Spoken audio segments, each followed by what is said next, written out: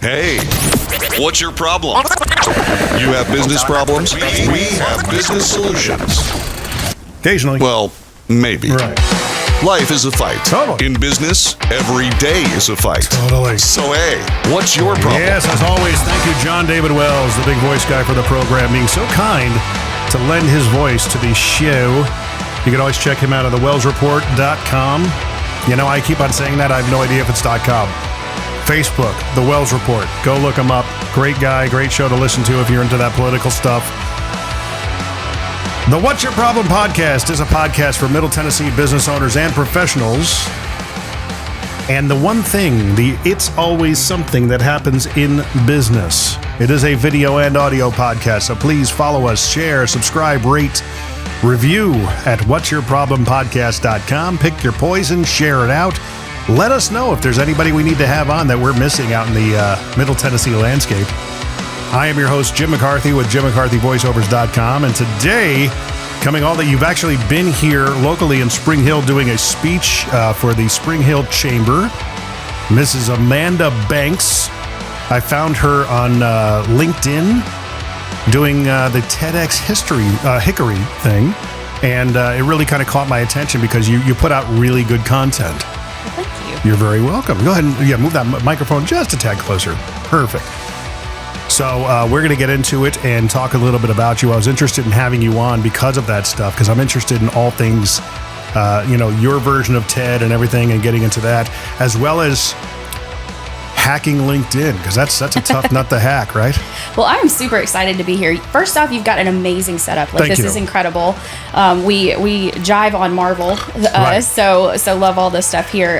If this is video, definitely check out all the nuances in his face. It's really cool. We're on video. You can see the Infinity Gauntlet behind me on camera, and a little bit of Captain America's shield, because yes, I've got the memorabilia around here. So one of the things that we do is something we call the Dad Joke Challenge. Now, the last person I had on, Kristen Benton, I said, okay, well, let's make it the Mom Joke Challenge. Okay. Are you a mom at all? Or I am. How old are the children? Yeah, so I'm a mom to a 13-year-old daughter, and then I have two bonus sons. One's 20 and the other one's 17. There you go. All right, so Mom Joke Challenge. And it is brought to you by Mr. Ed Fox. We're going to have him on next week, and that episode will come out shortly thereafter. He runs Train Bake of Nashville, and he's a big dad joke aficionado. He's got 3 books out there on Amazon called Grown-tastic Dad Jokes. But mainly, his gig is Trade Bank. If you've got leftover things on the shelf, services they're not selling or something like that, you could still monetize them and be a part of the Trade Bank network and trade with other people and other businesses within that network. So something worthwhile to look into. Look him up, Ed Fox with Trade Bank of Nashville. Okay, so he actually records the jokes for us. I have no idea what they are. The challenge therein is if you laugh, you lose a point. If I laugh, I lose a point. We can groan, we can comment. We don't have to purposely hold back laughter. And the great thing about it is I don't keep score, so it doesn't really matter. You ready? Let's go. All right, here we go. 3 conspiracy theorists walk into a bar.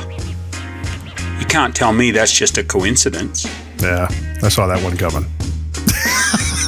Amanda's thinking to herself, what did I get myself into? No, his voice is awesome. Right. Like, I enjoyed the voice just as much as the joke. It's the Aussie aspect. He is from down under.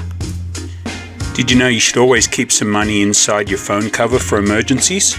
You know, just in case. That one's kind of funny. That one got me. 3. I want to let people know making money in the dog exercise business, it's a walk in the park. You are really trying to hold back. Well, you can I am. laugh. It's okay. So I was an athlete, so it's the competitive nature. So when you said points, I had to lean into that.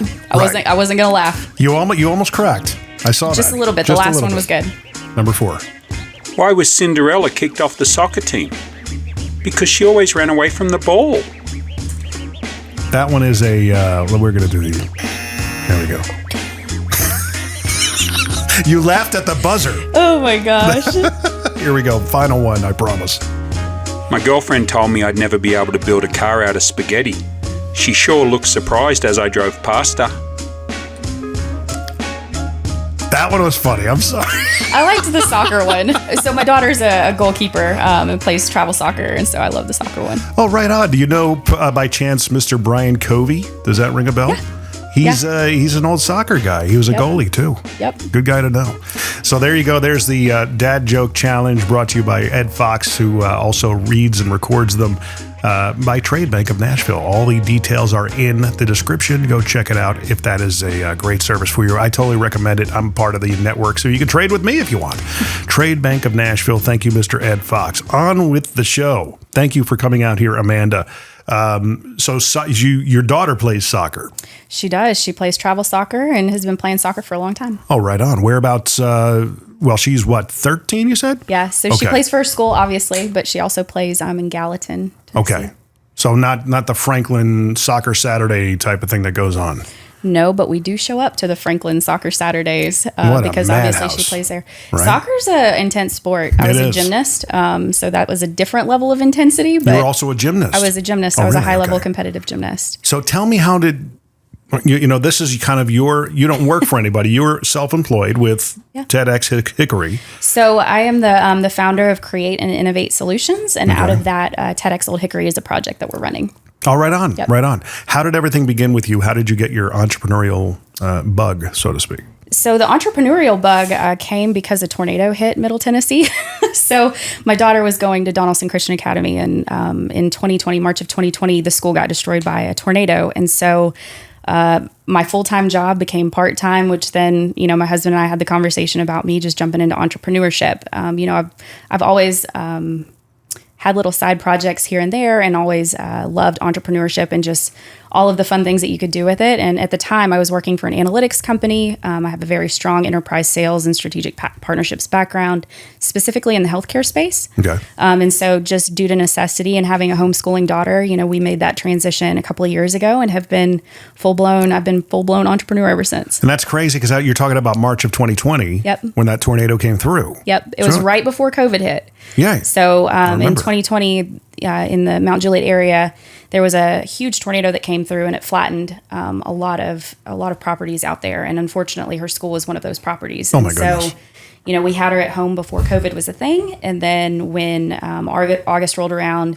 they had moved the school into a different location, and she went in and she's like, "Mom, I just can't do this." So I was a homeschooling mom just like that. Right. Wow. Okay. Well, there you go. I mean, that's one way to getting into it. I mean, a lot of people were forced to do things at that point. Absolutely. We had that, and then COVID and everything else. And, it was a really cool way to, I'm very passionate about education. Right. And so it was a way for her to, for me to, spend a lot more time with her, but also to dive deep into her education journey with her. So a lot of us starting the business, we actually use that as an educational platform to help educate her on what it was like to be a young entrepreneur herself, to help spark a little bit of curiosity for her in her journey as well. Is she having her own business too? So she always has her little businesses. Right. It's funny. There's a little boy at school, and she came home and she said, "Mom, I'm a chief marketing officer." And I said, "For what?" Because she's 13, right? Right. And she said, "Well, this little boy started a hat company and asked if I would be the marketing officer." And I said, "Well, great." So, she starts little things here and there. And I think a lot of that was inspired because she was part of my, startup journey and learned a lot of really interesting things as she was going along her school. Oh, very cool. Schoolwork. Yep. What kind of other entrepreneurial things does she do? Other businesses? Everything. Everything? Lemonade stand and... Not necessarily lemonade stand. We bought pallets for a while. So my mom and I started buying pallets. Are you familiar with the pallet, like the big we use pallets? them here. Oh, yeah. So you go and buy these big like Amazon pallets, and then you unbox them, and then you resell the stuff that's in them. Oh, okay. Yeah. I was actually thinking the actual pallet that you're building them and reselling them or something. No. Like pallets of stuff. Right. So you can go to like a wholesaler or whatever and buy these huge pallets. Some of them are 8 feet tall. Oh, yeah. And you have no idea what you're getting. It's a treasure trove. You had no idea what you're getting into. And so my mom and I thought that was a fun journey. So we did that for a little while, and she was part of that. So she would would come in and she would inventory everything, and then she would write out the lists, and then we would figure out the pricing and all of that good stuff. Well, I mean, typically in those things, you got to risk things being broken or damaged or maybe scratch and dent kind of thing. Yeah, and you don't, what you see is what you get, which is the boxes. So you don't know what's inside, which is part of the fun journey as well. Were you sourcing them through like Macklemore auction and stuff? Are you familiar with them? So there's a couple of places. There's one in Lebanon, Tennessee that offers it. I think it's called Wholesale Pallet Outlet. And then there's another place that we went in Gallatin that was another like liquidation place. And we just did it for fun. Like this was not like a business for us. It was field trip money. It was field trip money, and it was fascinating. Like what we would unbox and like just like all of the random things. But us doing that as a family was a lot of fun. I bet. Yeah, that's something that you can kind of look into. What was your method through which you sold? Was it Facebook Marketplace, eBay, things like that? So we did some garage sales. Okay. We did a little bit of Facebook. And once again, the intention was not to, make it a business really. It was just more or less to just have some fun and spend some time as a family. And, my mom and I are very close. And my daughter is very close to me and my mom. And so we just thought, why not? There's these people that are doing it on YouTube and thought it was a lot of fun. And we enjoyed the videos. So we thought, why not just do it ourselves? You sell it wholesale to the people that want to flip it on eBay. Yep. Like what Gary Vee teaches, right? Yep. And you get all sorts of random stuff. We've done a Target pallet and we've done Amazon pallets, and they're fascinating. A lot of different things that you get in there. Just random. Yeah, you never know what you're going to get. And you sell them only through garage sales, like every week or every month, once a month? We didn't do it very often. Right. So I think we did it like 2 or 3 times. And we would sell them through, we would list it on Facebook, and then we would do garage sales. And what was fascinating is what you thought would sell first. This is for anybody listening, this is a good lesson from a sales perspective. So what you thought would sell first never did. It was always the random things that you never thought would sell first. And those were the things that would sell. Really? Yes. So we got, we opened a box and there was a ton of chicken feeders. So it was these they were chicken feeders that would go on these gallon buckets. And we're we are never going to be able to get rid of these things. What are we going to do with a ton of chicken feeders? And that was the first thing that sold. Wow. So it gave me a really good insight into and a reminder that, the market will always tell you where to go and what's going to sell. And it was never the things that we thought it would be. It was funny with our journey here at J Squared. Initially through other companies that we were a part of, my business partner and I. We started out as an LED lighting conversion company for commercial facilities. And, it had some legs, but then a customer came to us, well, we love LED lighting in our car wash, but can you make it do this? And in this case, it was, can you make it put on color shows? And that's just in the car wash space has just been a rocket ride to the moon. I mean, you just, oh my gosh, never knew. Well, knew. But the market will always tell you. Right. If you're willing to listen, and not a lot of people are willing to listen. They stay their course and they're not willing to be agile or flexible for whatever reason. It could be, large company having a lot of red hoops to go through, or it could be a lot of different things.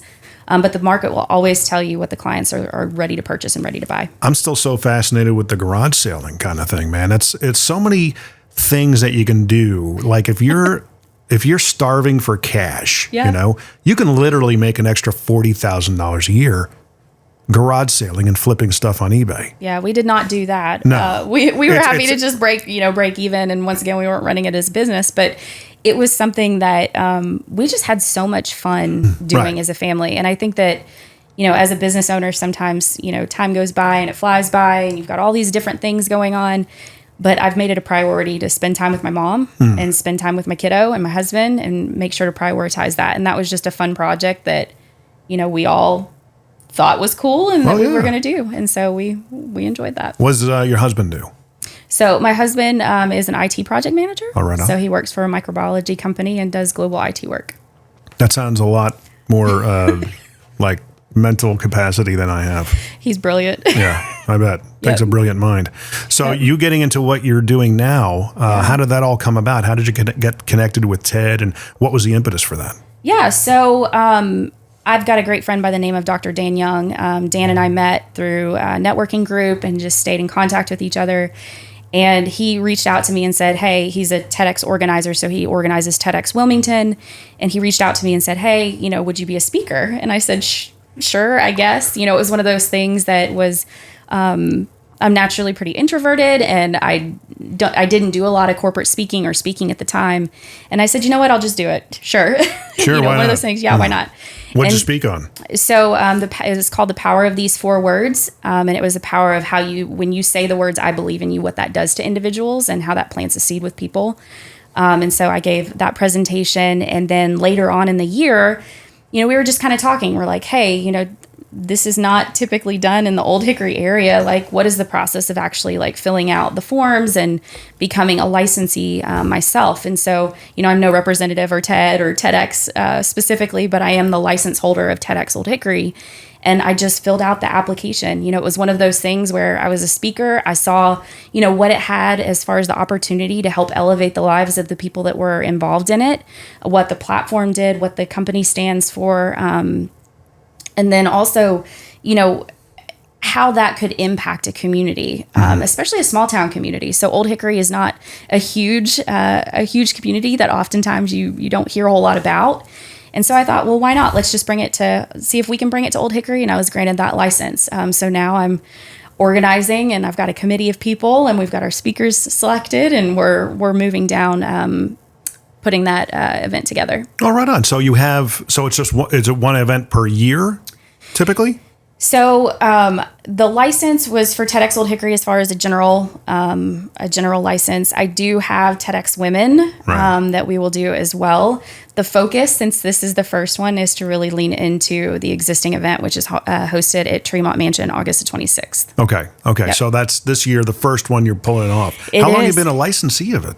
So I was granted the license the beginning of the year. Okay. So I went through the process. I think I submitted the application in November, and then I was granted it the beginning of this year. And you have a year to actually host the event. I see. So we'll host this event, and then we have obviously the license for TEDx Women, Old Hickory as well. But my main focus right now is to just get TEDx Old Hickory, going, done. Yeah. So is it just one event to be licensed and that's it, or can you do events every year? So we will. Our intent is to do it every year, right? Okay. And so you fill out the paperwork, and you get the license, and you host the event, and then you do it again. You have to reapply for the. Oh, really? Yeah. Okay, interesting. So it's not a one and done franchise kind of thing. No. Okay. I had no idea it was a franchise model. It's a license. So I have a license. It's basically just the guidelines that I, as the licensee holder, have to follow to ensure that we uphold the TED standards, and they have really high standards and a lot of amazing rules. They're very proud of their brand, which rightfully so. It's an incredible brand. And so we follow all those rules. I mean, they came out right around the time, I feel like, when United was rebranding to TED. They started calling themselves TED, and then they went back to United. But TED started coming out as a speaking series. I want to say it was based out of Texas originally. You have no idea? I mean, it was something that was like, it felt national. It felt exceptional. Yeah. It's like, when Netflix came out with their own content, when you see that N or it's a Netflix original, you knew it was going to be good. Yeah. There's something exceptional to it. That's kind of how I remember seeing it. And I had no idea that they had different regional, like they hub and spoke kind of thing going on with that. Yeah, individuals have to submit for a license, and if you're granted that license, then you have the ability to host an event, and that's what we're doing in Old Hickory, Tennessee.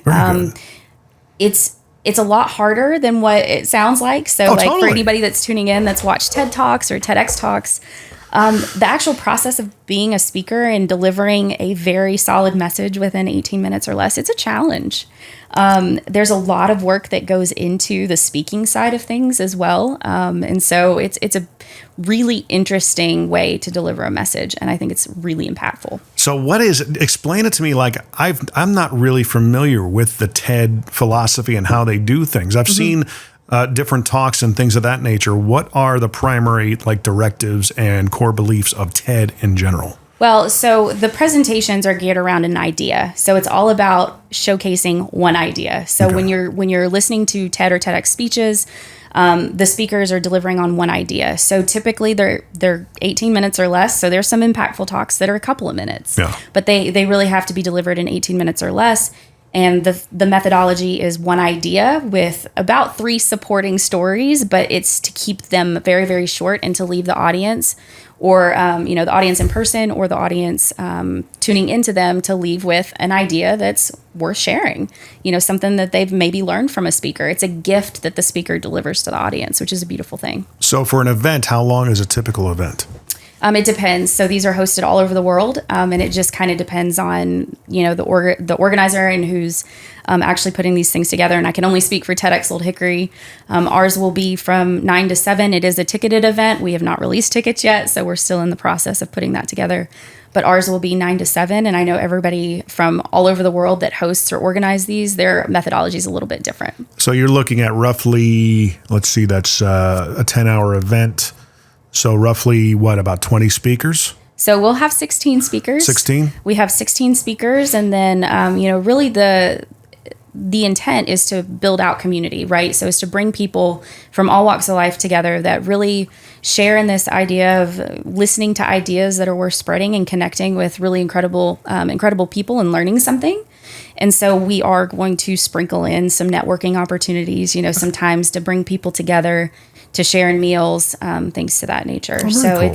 it's not just really like a conference. It's more like a community-based event. Everybody that puts it on is volunteer-led.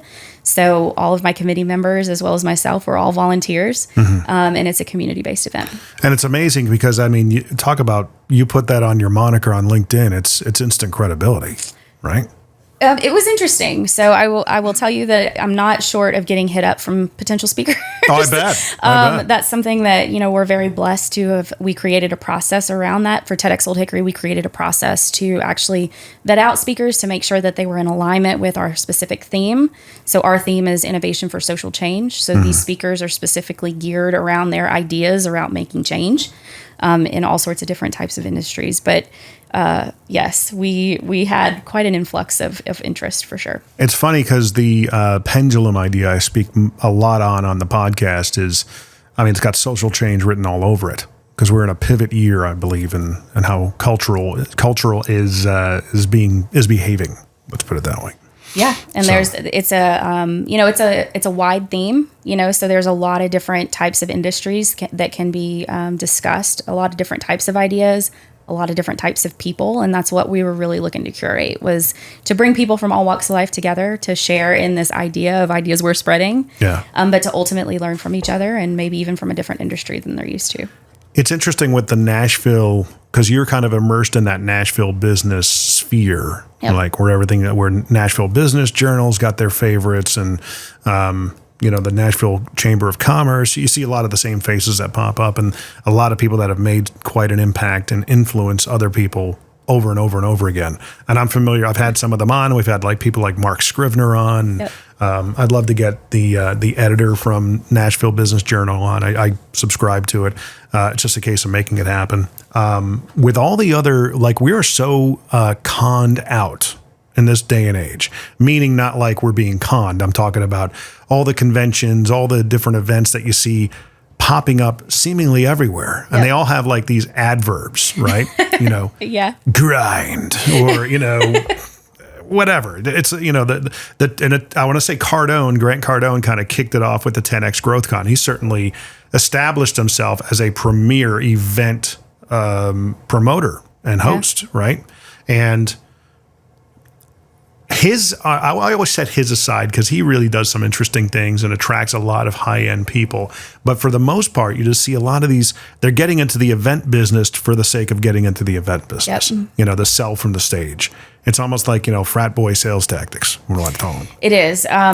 I would like to think that I'm pretty intentional, and I like to curate spaces. So I do small group events and experiences. And really for me, I made the mistake of trying to attend all of these things. Right. As you're mentioning in Nashville, there's a lot of opportunities for networking. There's a lot of different types of events. And I tried to go to all of these different types of things, just seeking out information or seeking out connections. And so I've had to become a lot more intentional with different types of networking opportunities. And so for me, I like to curate spaces that I want to be involved in. Right. And so that's, I agree with you. There's a lot going on, a lot of energy in the city. There's a lot of conferences. But, to anybody that's listening, you can be very intentional with this, and you can drive a lot of value, not just for yourself, but also for your community through intentional networking. You can really get exhausted and just be completely bogged down by networking. Yep. Totally agree. Yep. I mean, I'm part of BNI every week, and we do, and you're always welcome to be a guest, especially to promote this thing. Why not? Yeah, right? Absolutely. Happy to do so. Yeah, every Wednesday morning we meet, and at the old Franklin Elks Lodge there in Franklin, and we're up to 65 members in that chapter Wow. now. Oh, dude, it's amazing. That's cool. And our guests, actually, the amount of guests we average every week is about the average size of a BNI chapter. Wow. We get like 15 to 20 people. That's awesome. And we still fit it in an hour and a half, man. We're on top of it, man.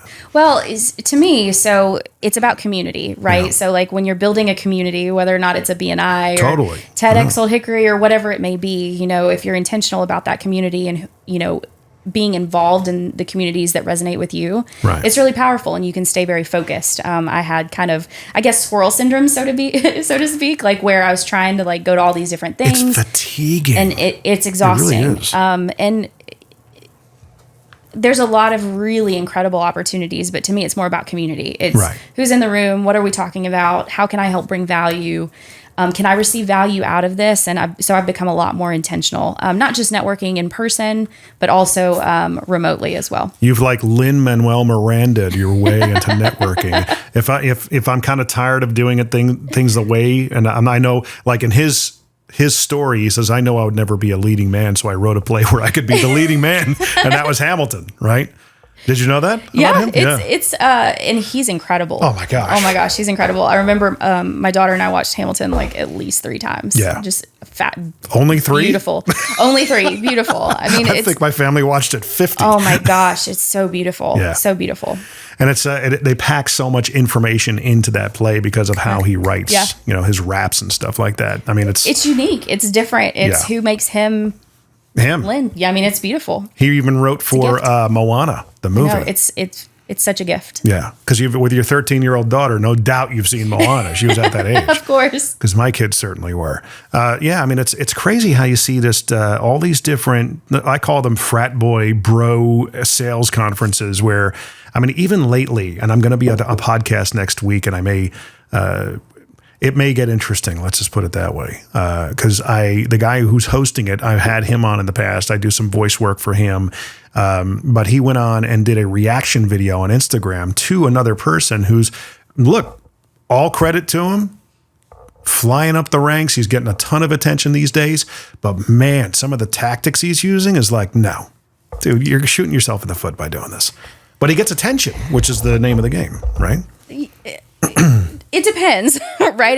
It's what type of attention are you looking for, right? Like, I want to make sure that I deliver social value. Media hype. Social media hype, like I'm very active on LinkedIn. Yeah, you are. So super active on LinkedIn, and I've figured out how to build that community in a way that's very purposeful and very intentional, and that attracts the right opportunities. And so I'm just not into that bashing or...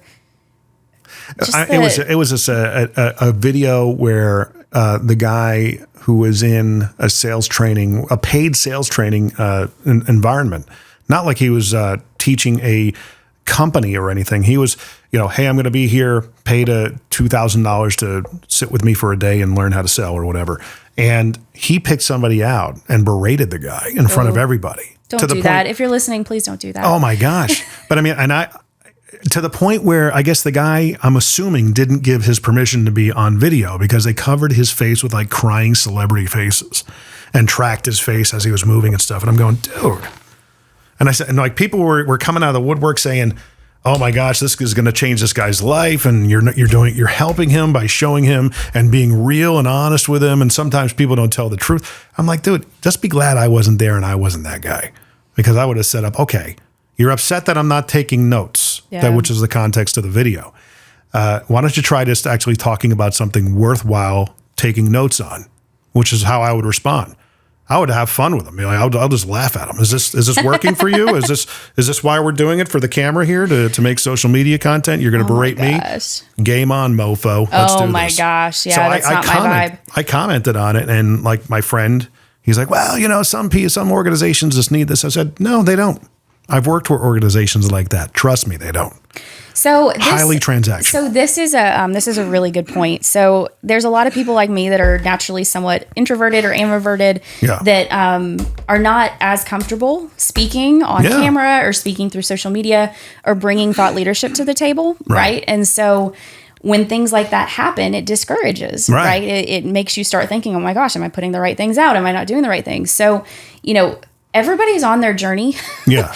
And putting out content is something that is very humbling at times. Yeah. And you got to expect the good with the bad. You've got to expect the good with the bad, but you don't have to be hateful about it, right? Like you don't have to intentionally, if something's not resonating, then feel free to reach out directly to that person or say, hey, not sure what is going on here, but, or just you can get out of their network. That's fine too. My point was, I said, look, you never get anywhere or win anybody over by calling them out in public. Yep. Okay, if the guy's not taking notes, if during a break the speaker goes up to him and say, hey man, I'm just making sure that you're getting something out of it. Everything good? I'm not sure if you're really engaging. Is there something I could do better? There's a humility to it. Yeah. Okay. There's a way, because you're going to win fans that way. This guy is going to be like, screw you, dude. I'm never going to, I'll talk badly about you every chance I get. To each their own. Right. And it's like, look, I get, and to be fair, this particular person, the guy who did the egregious act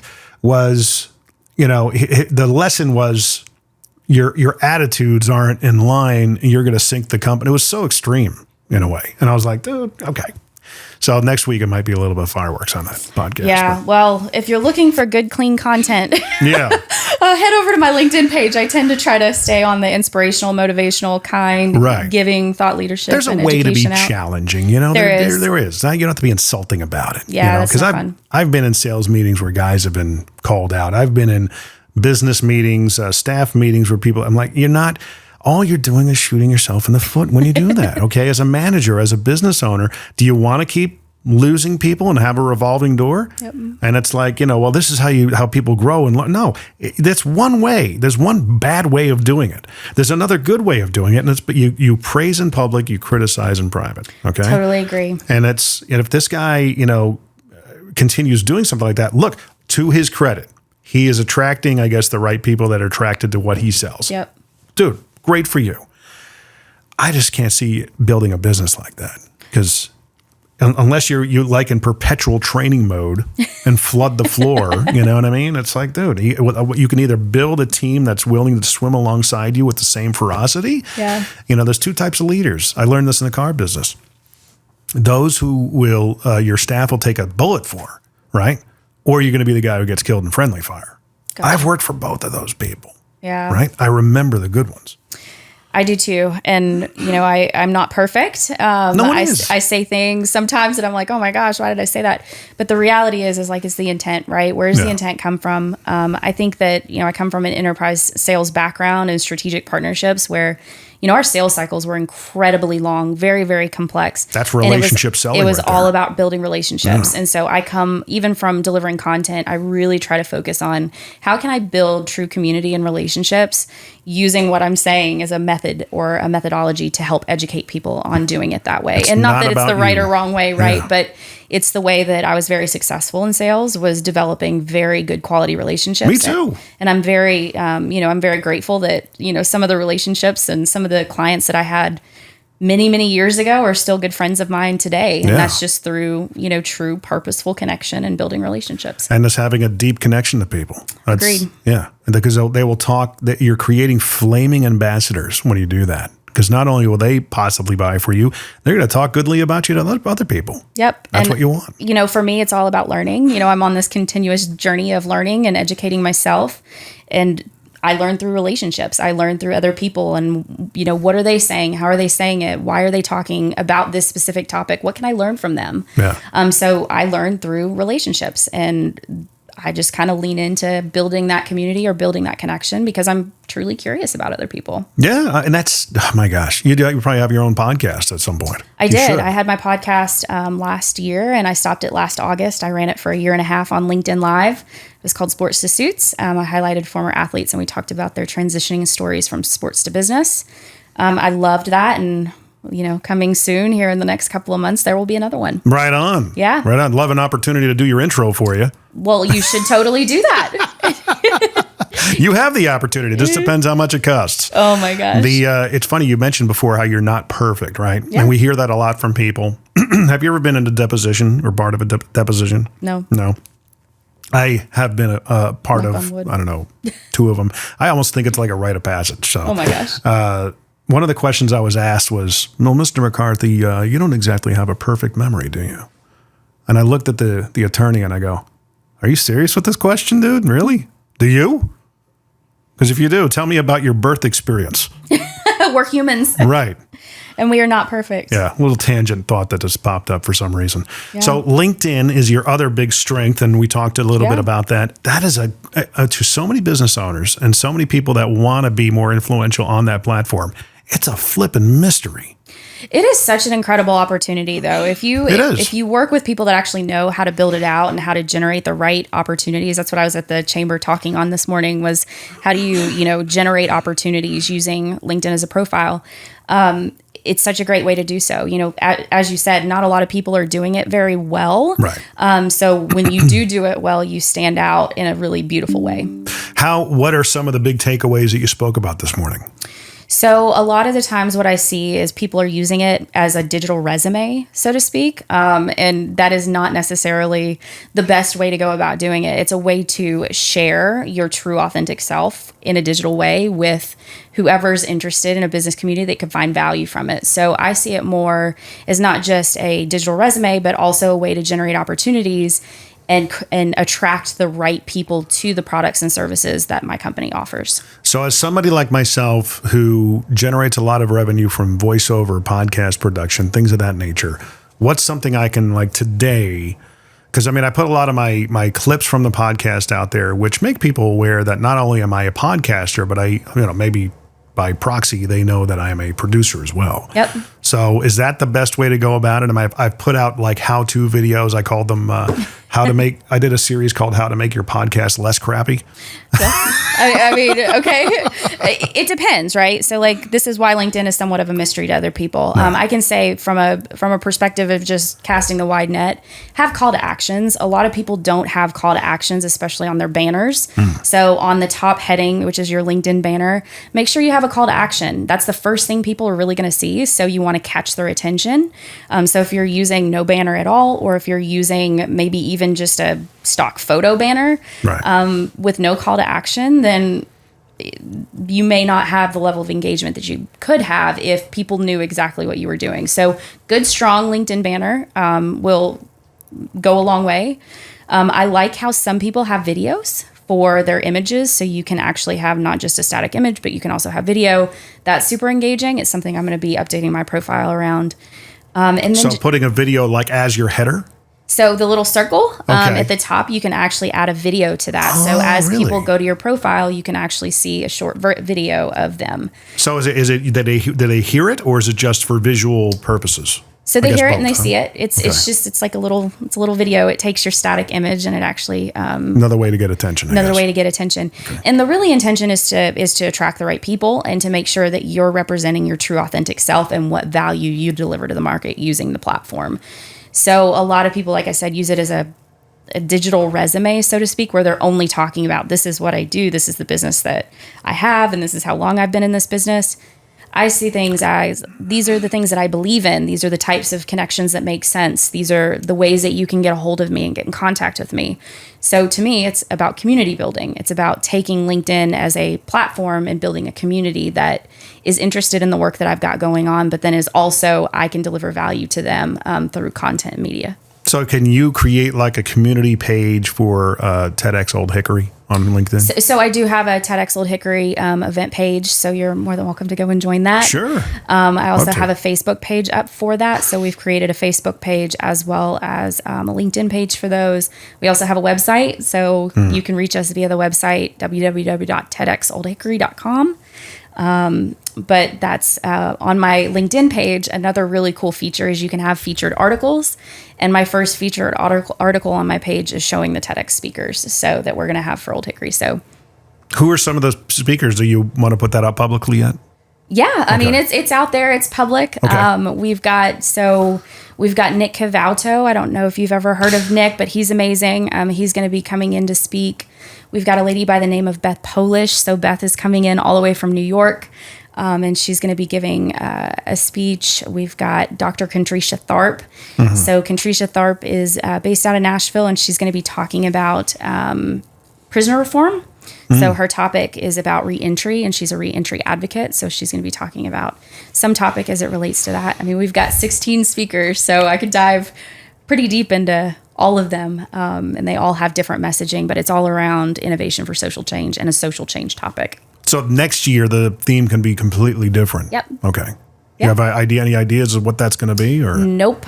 Focused on what's in front of me and getting from point A to point B. I learned, especially in entrepreneurship, if you have a whole lot of rabbits going around, you can't catch one unless you're focused on that one. It's hard to catch all three at the same time if you're focused on all three. So just catch one. And with this one specifically, we're very focused on making sure that we put a really good quality community-based event together. That's a great analogy. I've heard the chopping at trees analogy before. Yep, chasing rabbits. Chop too many trees, you're going to look at a whole forest of half-chopped trees. Yep. So yeah, I mean, it's amazing to even kind of move forward with that. With the relicensing aspect of it really does fascinate me. I thought maybe you'd have a long-term kind of. Can you buy them in long-term? You can renew them. No, you don't buy them. You have to submit an application and get approved for them. So it's not. Okay. This isn't something that's like a purchase thing. You have to. So it is. You're not buying it. You just got to be. We like you. You're going to be our rep. Well, it's based on an application that you submit, and if the application is in alignment with something that drives value for the community and there's very purposeful reasons why, then they grant you that license. So I can't speak on behalf of TED or TEDx on why they do or do not approve certain applications. But for me, all I know is I submitted the application. Dan Young is my co-organizer. So he's the guy that is based out of Wilmington that he allowed me to speak at his TEDx event up there. And so I asked if he would be willing to help co-organize this with me because it's a big undertaking. So it's like, getting into the mafia almost. It's like, he's a friend of mine. Now he's a friend of ours. Right? I don't know. I don't know if that's how it all works, but I just know that lesson learned, surround yourself with incredible people that will help guide you along the way, and he helps support me through that process. Oh my gosh, mentorship, man. It's absolutely crucial. I teach my kids that all the time. If I'm not going to be, I'm going to be a mentor by proxy because I'm your dad, but it's so important to find in your first couple of jobs someone who's going to pour into your life and shape you as an individual and help you find out who you are. Agreed. My life changed when I got exposed to business coaching and mentorship. Right. Who was your first coach? As an athlete. So I did some work with Coach Burt.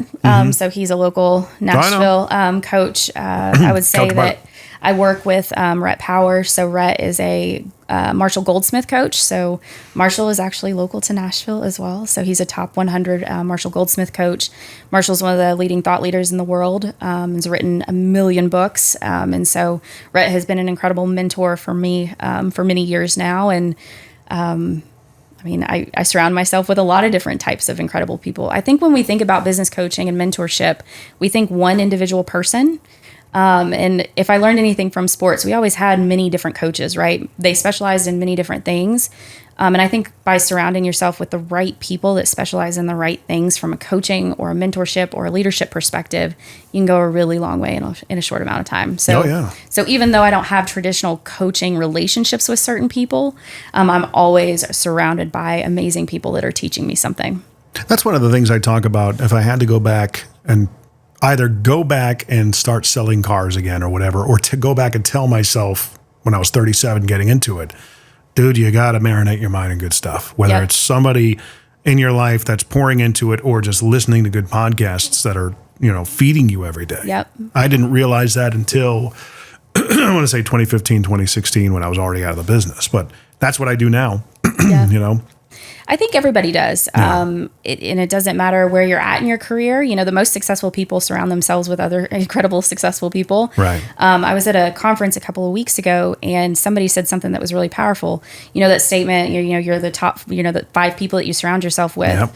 Well, if you look at that along with the social media and the other stuff that you consume, and you add that to the equation, what does that do to your 5 people? Right. Right. And so I've thought really heavily on that about, not just, who am I surrounding myself from like a coaching perspective, but also the content that I'm consuming, the TV that I'm like everything, because it all goes into what you're learning and what you're exposing yourself to. It really tells you a lot about yourself, who you resonate with.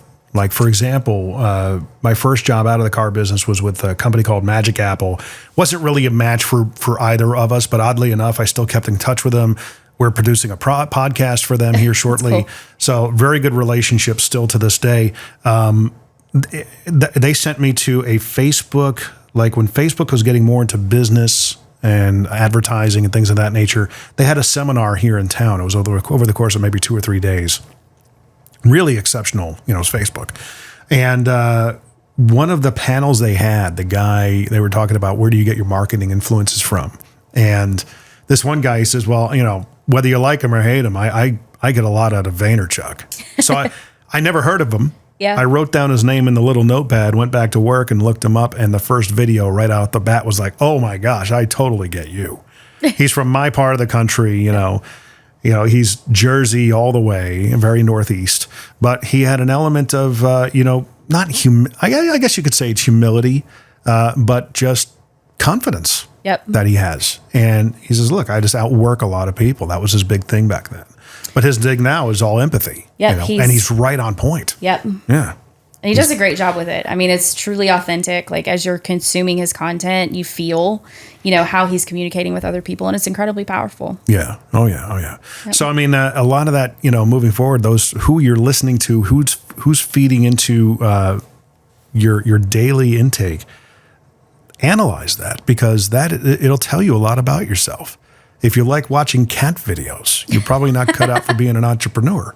You could be making cat clothing. You could be, yeah. Yeah. I mean, animal clothing is a big thing right now for some reason. I don't personally get it, but, I have big dogs, so it would be very strange for me to put clothes on a Great Dane.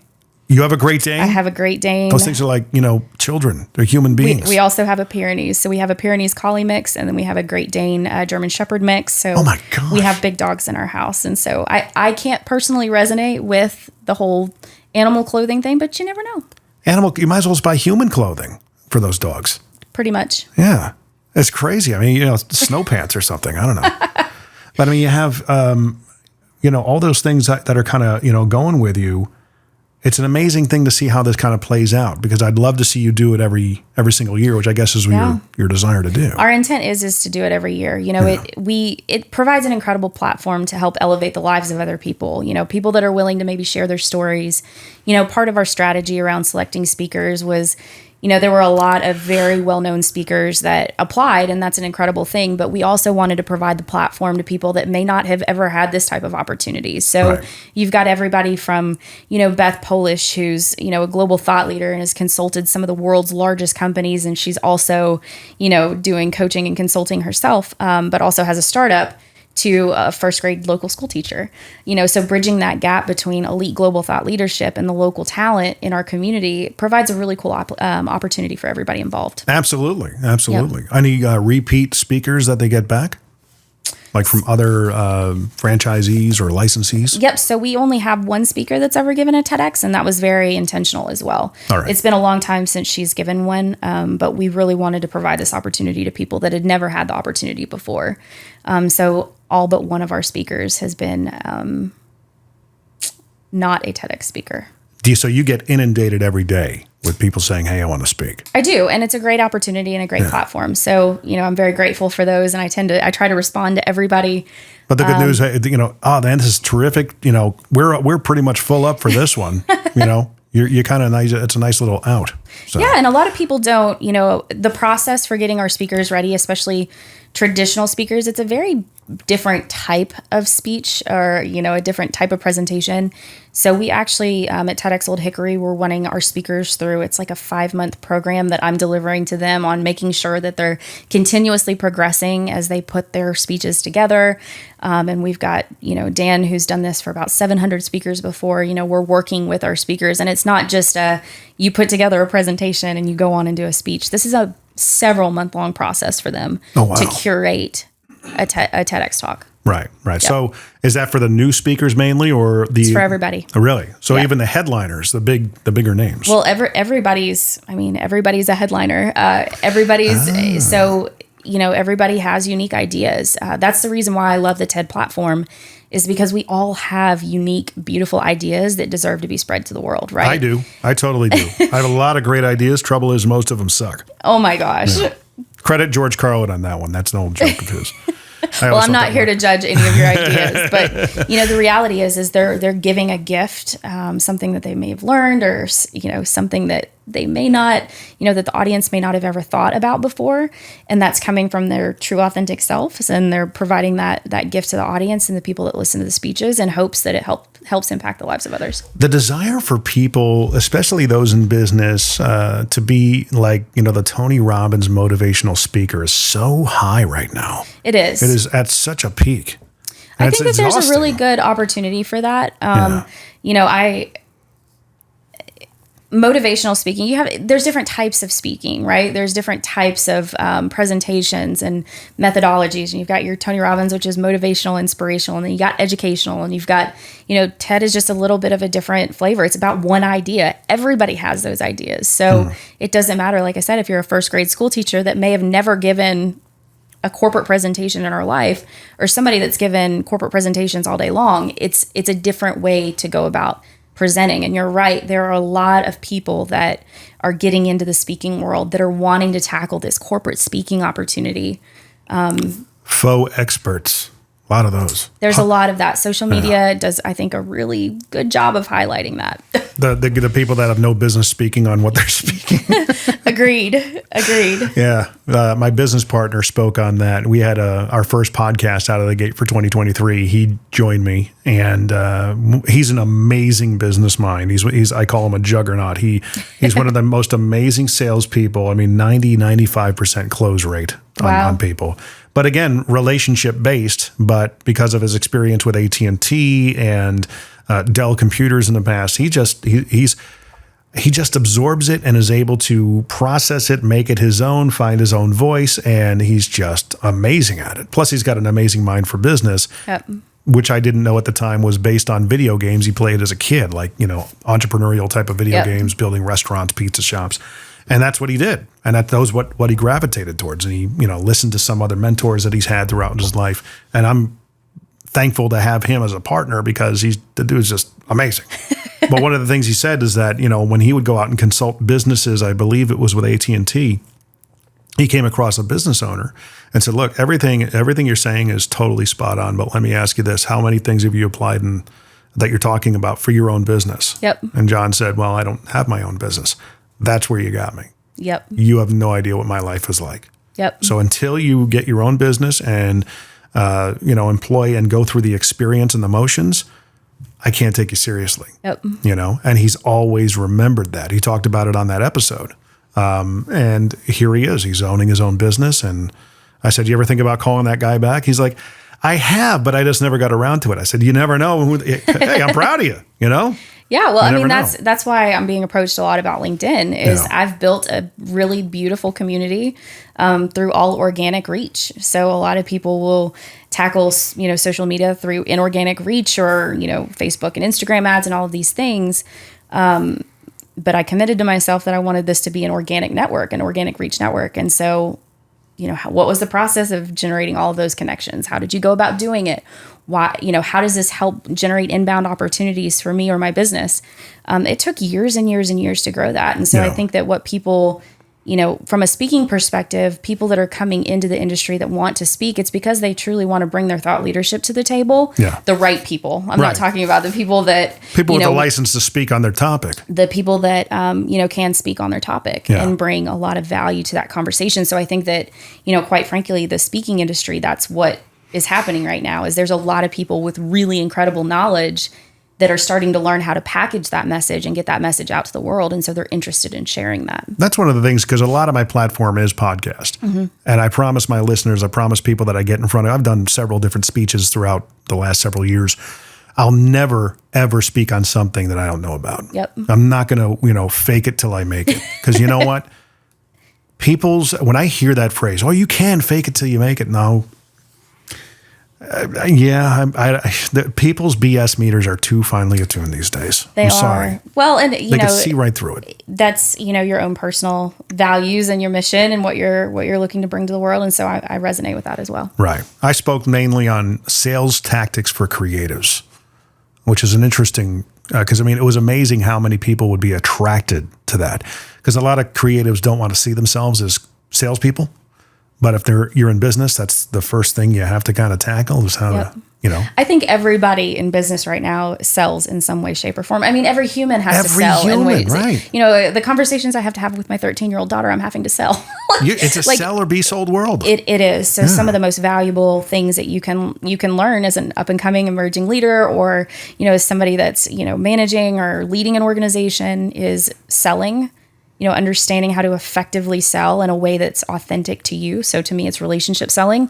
I'm a great cold caller, but it's around the standpoint of actually I genuinely want to get to the right people and build the relationship. So I'm okay with cold calling. Yeah. But understanding the different types of selling skills and what you're comfortable with and what you're not comfortable with, that way you can generate revenue for your business. That's what keeps a business going, is generating revenue, and that's selling. It's oxygen. It is oxygen. Yeah, revenue is oxygen. Yep. Cold calling, interesting. So I have my methodologies. How do you go about cold calling people? What's the Amanda methodology? So I'm not a super fan of having a list of thousands of people. I think having very curated, targeted lists where it's people that I know just based on their profiles or based on, maybe some information that I've read about them, that these are people that I need to have a conversation with. So I tend to warm up a network. I usually send a LinkedIn message. Hey, looking forward to the opportunity to connect. Is there any opportunity that we can jump on a phone call together and just learn a little bit more about each other? Now that I've built a network, I would say 95% of the time when I reach out to somebody, they'll take a cold call from me. Yeah, because I see you've got credibility behind you. Because I've got credibility, but this is a little LinkedIn sales trick.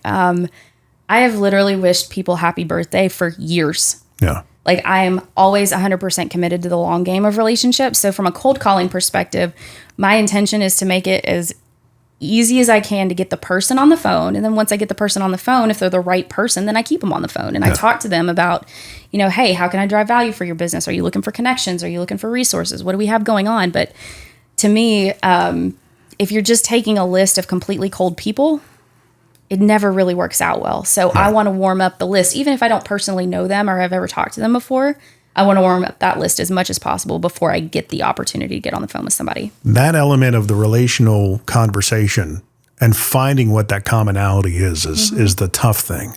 And in the car business, when I was at the Honda dealership in 2013, we did a lot of outbound calls responding to internet leads and things like that, or you would pick up a phone call or whatever. That top of the funnel type of conversation is always so awkward until it isn't, until you find your legs.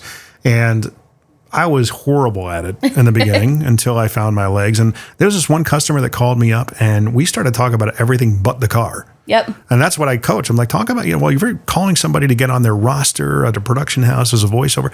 Talk to them about everything but that. Yeah. I said, sometimes my methodology of making a cold call to somebody who hasn't heard of me from Adam. Yep. Hey, this is a cold call. You don't like getting them. I don't like making them. Yep.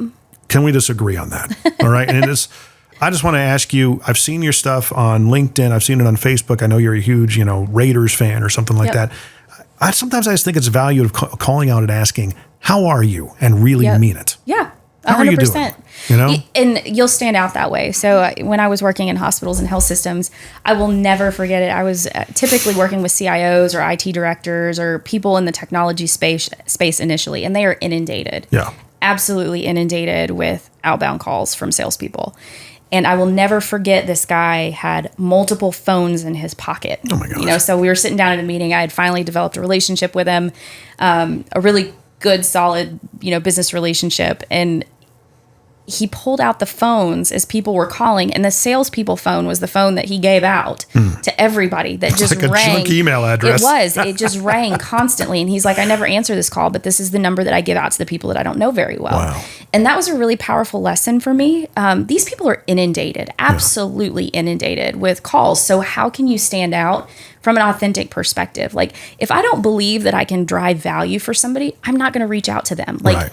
if they feel like I can deliver value, I'm not seeing it, then they typically reach out to me. So my intention is to always, how can I put as much value out into the world or through my connections or through my networks so that I attract the right people, rather than me having to constantly try to hunt. Another thing is referral networks. I'm pretty diligent about asking, hey, do you know somebody that I could help, that I could serve? And I mean that. Like, I really want to know who are people that I need to connect with and who do I need to help. And so I've become very diligent about asking for cold outreach, in never talking to, I'm saying cold because I've never talked to these people, but through Someone that's teed you up. Somebody that's teed me up through connections. That's what BNI really teaches. Yep. Is focusing on not leads but referrals. Yep. And a lot of new members to the chapters, a lot of visitors don't really understand that. You'll have a guest of a chapter, even though they've been told, hey, if somebody else has the seat in the group, don't step on their toes. They'll still do it, and it's, you got to give them some leeway and some license to do that. But even to the members that have been there a long time that start to get a little gripey about how things are done, well, I'm not getting any referrals. Well, you got to look in the mirror. Yep. It's probably something you're not asking or how you're presenting it. In our chapter, we've got 65 people. 65 people are listening to those commercials every single week. And you have to make it as easy as possible for me. How do I refer you? Don't tell me about what you do. What's the tip of the spear? What's the biggest problem you solve? And who do you solve it for? Yep. Okay. That's it. Same thing, even face-to-face networking, chambers of commerce's thing, mixers. So many people are like, well, I do, what do you do? Well, the 5-minute dissertation. My friend Rich Redmond, who plays for Jason Aldean, his whole thing is like, well, I'm in the music business. That's interesting enough for someone to go, oh, really? What do you do? Yep. I play drums for a big country rocker. Oh, really? Who? And that's... It's the asking the questions. Right. It's being consistently curious. Right. I live with a lot of curiosity. I'm always trying to figure out, okay, what can I learn from this, or who can I learn from, and where do I need to be, and what information do I need to soak in? And it comes from a place of curiosity. So that's what will make you a great podcast host and interviewer. Yeah. It's just complete raw curiosity. I do a lot of media work. I do a lot of interviewing, a lot of moderating. In fact, I'm a much better moderator than I am just a traditional keynote speaker. And the reason is because I'm super curious about other people. And I tend to get to the parts of those people about true authenticity. I think that a lot of people, especially speakers, just keep things pretty surface level. Yeah. And that's powerful, right? There's lessons in that, but there's a lot more lessons when you get down to the humanistic element of people. I've always had this idea to put on an event, of course. This was years ago before events were so, so like everywhere. And I always wanted to have like the heavyweights, like a WWE, main event kind of event throughout the day. You have Cardone, you got Vaynerchuk, you got Brad Lee, you got Ed Milet, the big business, fraternity of the top 5. Yep. And then throw Dave Ramsey in there, right? And after they do all their speeches, let's have a round table discussion where I get to be the moderator. But my moderating would be like, you going to take that from him? Did you hear what he just said? That I would be like the Gene, what's his name? The commentator from WWF days. Yeah. Oh my goodness. So I hosted I do these small networking events. So there are 8 to 10 people. We usually get food. So it's like a small curated group, and it's a very intentional small curated group. And it's elite performers in their own regards that come from traditionally different backgrounds that seemingly don't necessarily belong. And it's very much around that methodology of like, how can I pull out the core of what these people do, that they can learn from each other. And now they have this intentional group of people that are heart-centered leaders that, are driven to make an impact, but are, very heavily focused in what they're doing and typically don't attend networking events. Yeah. And how can all of these people learn from each other and actually leave, this curated experience with 10 amazing new connections that they know you just never know. That are great people and great humans. And that's what I tend to curate. Well, we've gone a long time without asking this question. What is your problem? So what are you dealing with these days? Because we're over an hour into this. Oh, wow. Great conversation. So I think a lot of other entrepreneurs can relate to this. So it's kind of the squirrel syndrome, right?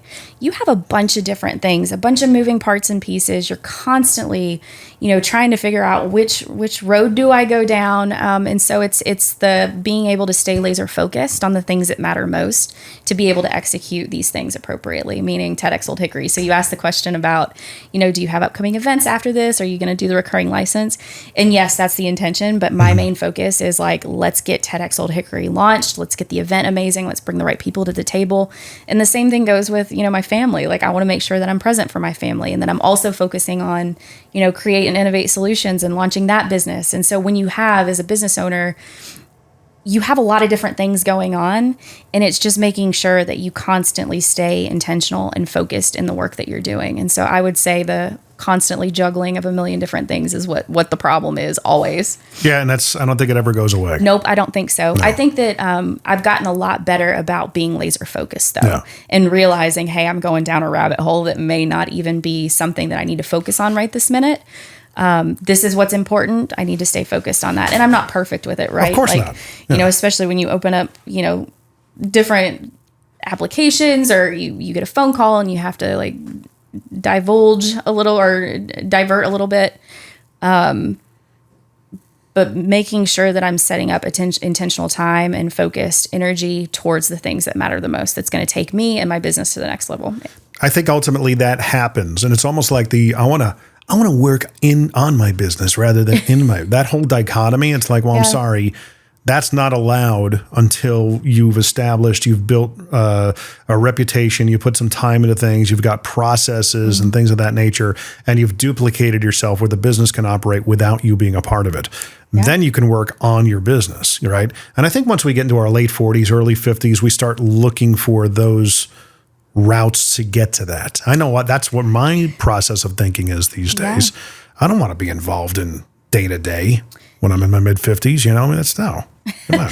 Yeah, I enjoy it. So I'm pretty gritty. I have a lot of discipline and a lot of focus, and I'm a hardworking individual, and I like to take on a lot of different types of things to keep all sorts of different things, interesting and exciting. I get bored very easily, so I like to have my hands into a lot of different types of things. But time blocking is something that I have found very valuable. I didn't used to time block my schedule, and I spent a lot of time, back to the earlier part of the conversation, in networking events that didn't move the needle. Right. So making sure that I'm time blocking for certain things and being laser focused around that. Man, if you had a mentor that spoke to that, right? But I guess you don't know what's going to resonate with you until you know what's not going to resonate. You got to put that time in. You have to learn, and I have to give the total shout out. So Jim and I have had this on our calendars supposedly for months now. I think we've missed this 4 times. And here's if it is not on my calendar, it does not exist. That's the world that I live in because I've time blocked. Obviously, if something happens at home or with my family or whatever else, I adjust that, right? But if it's not on my calendar, it does not exist in my world. And that's just because I have so many different things going on. So Jim and I have had this, on the calendar, supposedly, we've supposed to have it on the calendar 4 times. Right. So now we finally got this conversation together. But the reality is if you're busy and you have all the things going on, then that's the problem, is making sure that you're diligent about doing the right things and staying laser focused on what that means. My big problem is doing exactly that because I put all my own calendar stuff in myself. Well, why don't you get an assistant? And I'm like, well, aren't I kind of doing the same thing, but through another person? Yep. And that's the conundrum that I face. And maybe there's a solution I'm not aware of. Are you aware of Angela Profit? Does that ring a bell?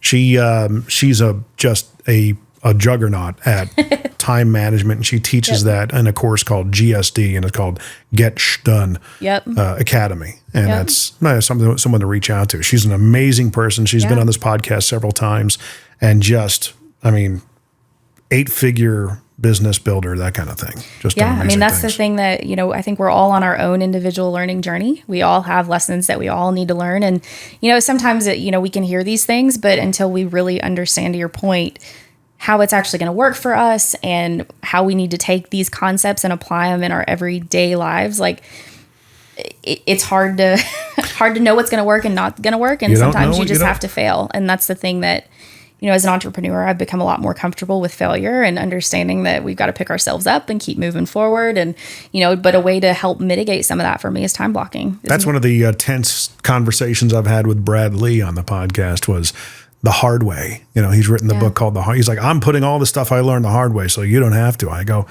dude, people are still going to learn the hard way. There's a million and one ways to skin a cat. And you're going to trip and fall on your face doing it, no matter what you do, you know. The hardest thing for a new business owner is, and I know I did, you never wanted to look bad, right, to your client or customer. And for me, that took a lot of getting over until you accept the fact that it's just going to happen. You're going to mess up somehow. And I think that having a community around people that don't judge, but are like kind of hit it to you straight, right, is like allows you the space to fail, gives you the direction and the feedback that you actually need and that you're receptive to. But that's, I mean, I think that if we're not failing regularly, then we're doing something wrong. Like we need to be pushing ourselves enough to where we're making mistakes. Right. Because if you're not making mistakes, then you're not pushing hard enough, in my opinion. And nothing's ever perfect. It's not. I had to overcome a lot of challenges with that. Being a gymnast, it's all about perfectionism and the perfect 10. And so I was conditioned around that. And it wasn't until a couple of years ago until I realized that perfectionism is something that is challenging for a lot of athletes. And having to overcome some of those challenges in human real life, mom life, work life, wife life, you're just going to fail. Do you still stay active and limber within gymnastics and, you know, pull off a handspring or a somersault every now and then? I can. Oh, yeah. Yeah. I don't bounce back as quick. So right. I also know limits. I coached gymnastics as fun for a little while last year. And I love having my feet on the beam. I love, you know, helping other kiddos, you know, do flips and, you know, learn how to apply gymnastics into the practical applications. There's so many good lessons learned from sports. You need to meet my business. He was a gymnast as well. Oh yeah? Yeah. Yep. And he's coached it for years. In addition to doing all this stuff that we do here. Yep. I coached and, you know, I absolutely love coaching. You know, I get asked pretty regularly about business coaching, and that's something that I'm exploring and diving a little bit deeper into, specifically around sales. And even on the motivation side, you know, I kind of have a get it done attitude. So to be further announced, but I've coached young kids for on and off for a long time, and I enjoy it. Well, business coaching, I could totally see you. You got the license. You've got the battle scars. Yeah. You know, that's what it takes. I mean, there's so many coaches out there that just that you have no business talking about this. Yep. You know, well, I'm going to teach you how to be a quote, person of interest. Okay, are you? You know, and I'm going to teach you how to be a LinkedIn, you know, dominator. And you look at their LinkedIn, they get 3 likes and no comments. And okay. What are you trying to do here? It's interesting. Not you, but I mean, there are people I know. No. So it's interesting because I have and this was something that I had an unconscious bias around. Like I had to do a little bit of digging myself on why do I feel this way about the certain coaching word. I think coaching is so overused. Oh gosh. And you know, as individuals, sometimes we're our own worst critics about, oh, well, you know, I don't need to be doing this, or this is not me, or something along those lines. And I just had to let that go. You know, my background in education, you know, I had some struggles with college, and I eventually graduated college as an adult. And I just thought, well, I don't need to be educating other people. And the reality is that's what makes me a good educator. So I do workshops and I do speaking things and I do all of these things. But in my mind, I had this really weird relationship with the term coaching. Yeah. And so that's, you know, I think that a lot of individuals, especially right now, are kind of turned off by business coaching because they've not been exposed to really good coaching. Right. And I've been very blessed to have some really incredible people surround me in regards to that. And so it's very powerful when used the right way. It is definitely saturated. It is becoming a commodity. And those coaches that are good at decommoditizing themselves are the ones that stand out. Steve Sims, are you familiar with Steve? Mm-hmm. Yeah, he's one of them. He's unabashedly calling out people, not by name, but kind of who he's talking about. And he and I kind of jive with that, saying, dude, you're right. You're totally right. Everything he talks about is stuff he knows. Yep. And he's great at it. He's world class. But it's like when you start getting into these other areas, like, okay, what? You're going to teach me about, bread making? What? Well, and it's interesting because I've been surrounded by a lot of really, like I said, amazing people. And I didn't realize this was just, lessons learned, right? I didn't realize that super successful people have multiple different types of coaches surrounding them. They do. So like, it's not just a one size fits all for somebody. And that's where I think a lot of the industry is a little bit challenged is you've got business coaches that are like, I could take care of everything. And it's like, well, no, you really can't, because that's not how this stuff works. That's like, McDonald's selling you lobster. Yeah. Yeah. Well, very good. How do people get a hold of you and follow you and all that fun stuff? You got a LinkedIn or a Linktree or anything like that? I know you got a LinkedIn. Linktree definitely reach out via LinkedIn. I have a personal website built, www.amanda-banks.com, which has a way for you to book time on my calendar. So I tend to stay very open in regards to connection and community. And so if you're listening to this and you feel like you could deliver value in a conversation, please don't hesitate in reaching out. I'm happy to connect and see how we could potentially collaborate and work together. Well, very good. All those links and information will be in the description. So make sure you check out Amanda, reach out to her. Don't be one of those LinkedIn people where you connect and all of a sudden you give a 3-page essay of all the things you can do. Because there's how Dude Perfect does all the profiles of different people, certain people in your neighborhood, certain people at Starbucks. Oh my gosh. You could probably do a video on the types of people you're going to meet on LinkedIn. Yes, right? And I'm not interested in a franchise opportunity. So, and we'll close on this. But the interesting thing that people didn't realize, so the way that I've framed up my LinkedIn profile, I attract the right opportunities. So very rarely do I have a lot of spam coming to me. Right. It does happen, right? So I get the two things that I get regularly are software development, and then also franchise opportunities. And it's the same words, it's the same phrasing. So it's a bot. It's like they're the Valpak of LinkedIn. It's crazy. Yeah. It's crazy. It's like somehow it's working because otherwise they wouldn't do it. Somebody was responding to that. It just takes 10,000 touches to get the one on those types of approaches. And if the return on investment is worth it and that's their vibe and the way they want to go about doing it, then by all means. But it's like, you ever get a Valpak in the mail? That's what it is. Typically the Valpak's just going to get tossed into the trash. But if you open it just out of curiosity, it's the two businesses that are on the outside of the pile that get the most attention. Oh my gosh, I got a Yellow Pages. Oh my gosh. I got one of those in the mail. It wasn't I don't know if it's still named Yellow Pages, but I got a Yellow Page thing in the mail the other day. And I was like, this is great. Yeah. Because it has phone numbers. And I'm like, I can call local businesses. This is awesome. But I saw your ad in the Yellow Pages. I saw your ad in the Yellow Pages. Who does that anymore? Right. Yeah. A lot of what you're talking about earlier, even it goes along with my philosophy of be them centric. In your reaching out with people, following up. I was taught in the car business. That was one of the things that I wanted to do. I didn't want to be the guy who called somebody and somebody would look at their phone and go, ugh. Yep. You know what I mean? And I said, you got to strive to be the person that if they're engaged in a conversation, the phone rings, they kind of look at it and go, oh, I gotta make sure I call them back. Or if they're not talking to somebody, they go, ooh, he's got something for me. So that's my metrics. So we should probably do a whole other segment on this. But the way that I measure whether or not the things, like when I'm reaching out to people, the way that I measure the success of things is how quickly people respond back to me. Yeah. And if you reached out to me like that saying, hey, I would love to get on a call, that's actually something I would respond to. Yep. Because that takes effort. Yep. And I would say, well, as long as you're not pitching me on something, if you just want to truly get to know me and start a relationship, talk about mutual needs and values and things of that nature, I'm game. Yeah, 5 or 10 minutes. It can't hurt meeting somebody, especially if they're here locally. No problem at all. But if you're at somebody, I get a lot of people, I think I'd be a great guest or so-and-so would be a great guest on your podcast. okay, not a problem. Tell me about some of the episodes you've watched. It's either crickets or, oh yeah, it's a great podcast. It's very generic kind of response. And I kind of flesh things out that way because, well, he can be available on this. Okay. Is he in town?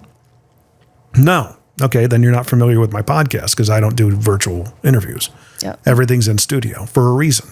And, oh, well, he can't do that. Well, okay. Let me know when he's in town. We'll talk then. Well, and that goes back to the comment around cold networking, like outbound messaging. If it's super cold, I just don't think that that's an effective strategy anymore. I think, so if you're listening, you're running a sales team, having effective strategies around building a community or a network around your company that is warm so that when you do reach out to people, they do have, there is more of a chance that they're actually going to take the call. Yeah. And even if it is 5 to 10 minutes, that's your opportunity to get on the phone. But totally. it's getting on the phone is a challenge. Well, we're going to take this exit ramp. It just came up. So we're going to say, thank you very much for coming out. Thanks for having me. Great meeting you for the first time, finally. Yep. And please, again, check out Amanda. She's got all her details in the description, amanda-banks.com. There's something there with your name that you could probably capitalize on. Take it to the bank. That is exactly. So yes, I help organizations generate revenue. And somebody's like, you need to have a podcast called Taking It to the Banks. And I was like, I don't know about that. That's not a bad idea. Keeping the river flowing between the banks. I don't know about that either. Yeah. Great ideas. Some of them suck. Amanda Banks show is probably what it is. It's easy. Whenever we kind of creatively talk about names for podcasts, I just typically, I'm like, just call it, the name show. And really, just because you never know what you're going to be talking about in 5 years.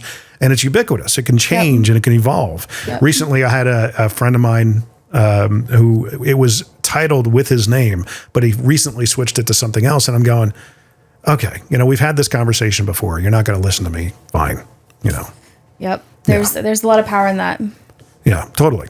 Well, there you go. Also check us out, whatsyourproblempodcast.com. And please subscribe, rate, review, the big 4. Let us know what we could do better. If you can give us a 5-star review, fantastic. If there's anything less than a 5-star, let me know how I can make it a 5-star.